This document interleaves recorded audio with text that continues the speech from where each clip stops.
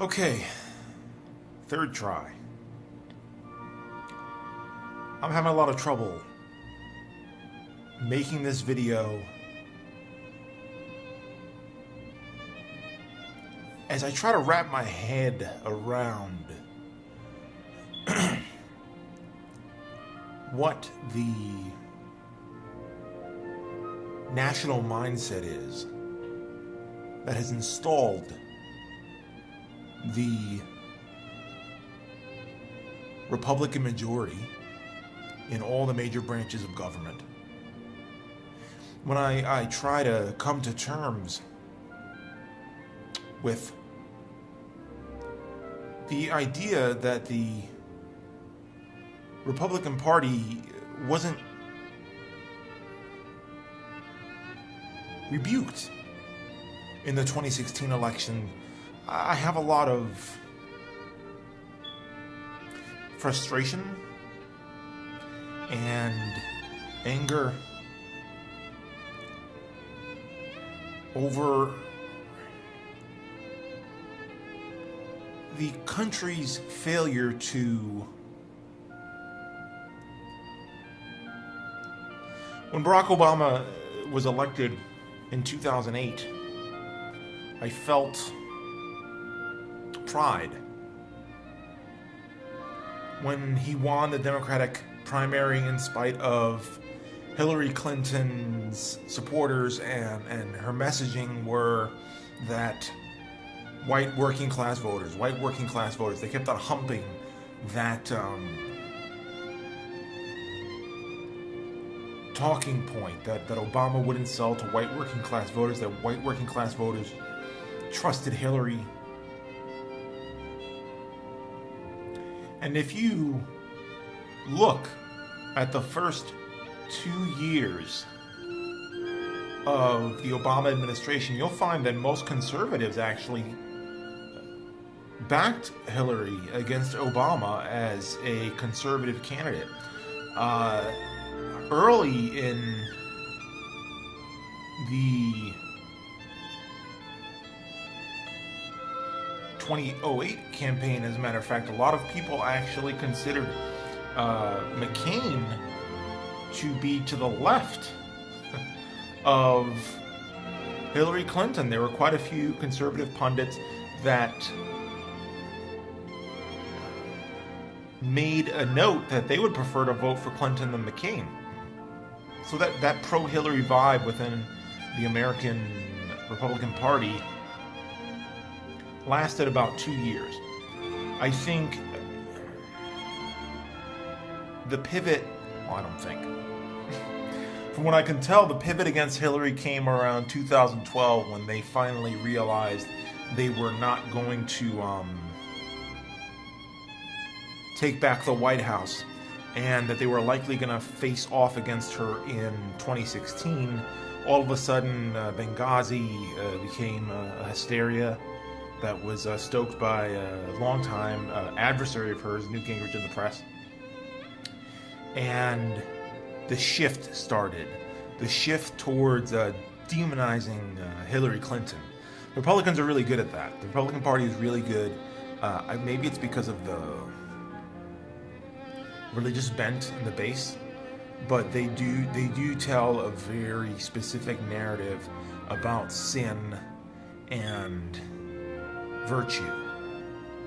It's interesting to see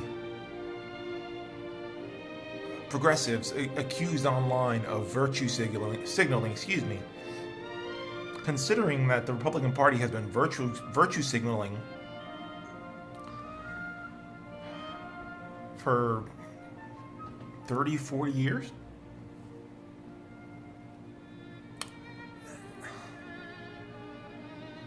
So why was this video hard to make? The idea of hatred has been kicking inside of my head. There's a lot of hatred being expressed by the Trump electorate. right now. His supporters on Twitter were suspended for hate speech. Twitter has added some new options to flag people for disparaging, hateful speech. And I think in my heart, I wanted to make a video where I could tell the left that they don't have to be better than the opposition, that they can hate their enemies, that they should hate their enemies, that they should hate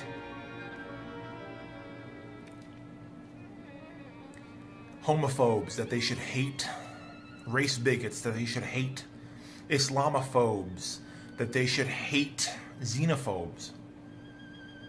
I really wanted to make a statement telling liberals and progressives, America, by installing a regime of hate mongers, Trump has been staffing his administration with some pretty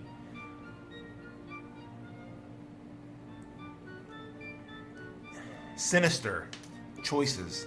Alabama Senator Jeff Sessions, who was publicly scrutinized for hate speech in the 80s when he was originally supposed to ascend into a judicial position during the Reagan administration. And I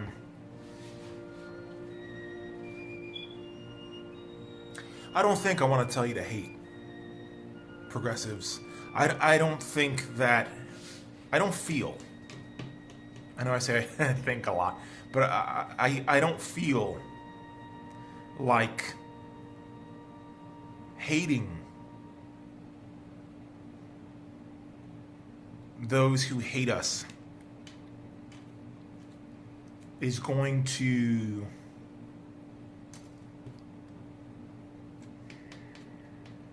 make the case for our cause.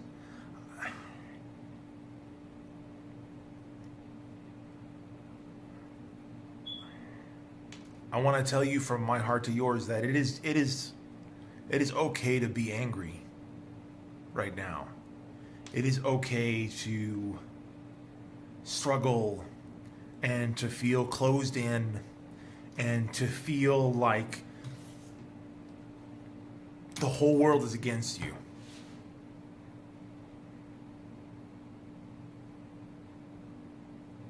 Because your country has decided, either through omission or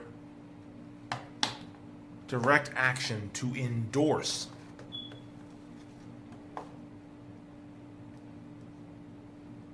the worst sentiments regarding just about everyone but the most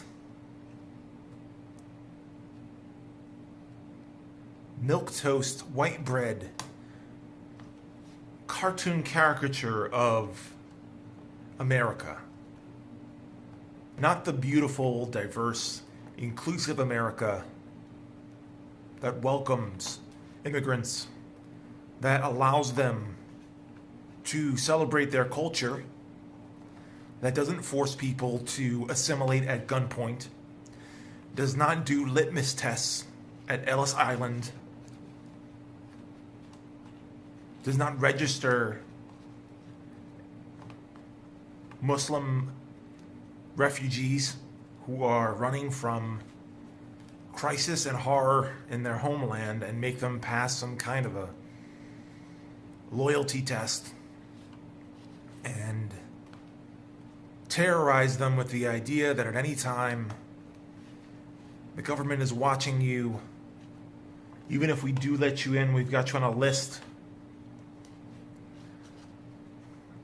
We're waiting for you to become what we expect you to be. We are accepting you into this country on bad faith. That's the immigration policy of the incoming administration. That's the immigration policy of these state legislatures that have flipped red in the most recent election. That is the sentiment expressed by the supporters of the impending President of the United States.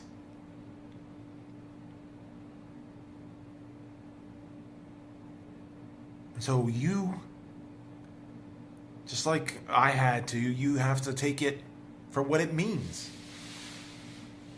Not what the apologists say it means, not what think pieces parse about what it means and what it could be conflated with and what it should be separated from. No.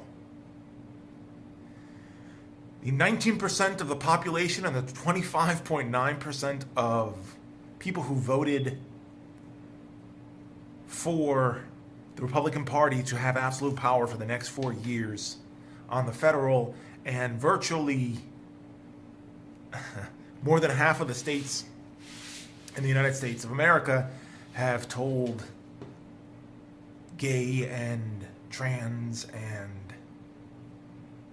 people of color and immigrants and undocumented people that they are not welcome. Not only are they not welcome, but they are enemies of America. So don't hate. There's no need to hate. It'll blind us. It'll blind us into reactionary insurgency. It will bind us to our fear. I'm certainly not telling you to love your enemies. Absolutely not. I'm not asking you to show them understanding because they haven't earned it. They haven't shown it to you, so don't reciprocate. I'm telling you, you can be angry. And I'm asking you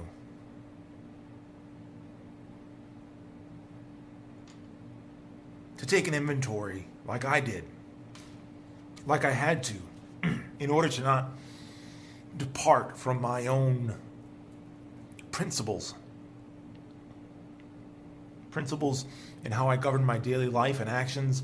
Principles that brought me to speak on this platform in defense of progressive values, American values. I don't mean the American establishment or the Washington Consensus. I mean in terms of the America that exists in the heart of people who believe that America can do the right thing. That struggle is not futile or pointless. That this war is worth fighting, this cultural war, this rhetorical war with the right wing and their confederates and apologists is worth fighting.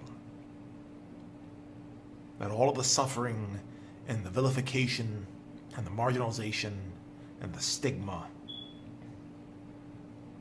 the cruelty and the harassment is something we have to accept, but not condone.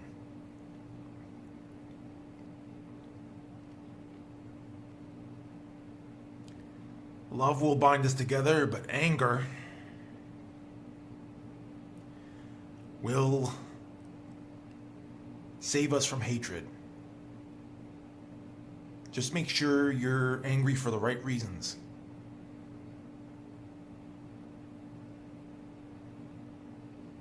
Because blind anger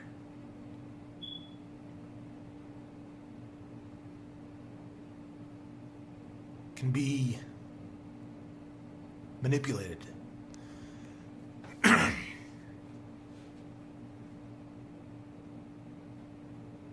The Republican Party has taken power by wielding blind anger and funneling and siphoning blind anger. Let's not follow them down that hole. Patience.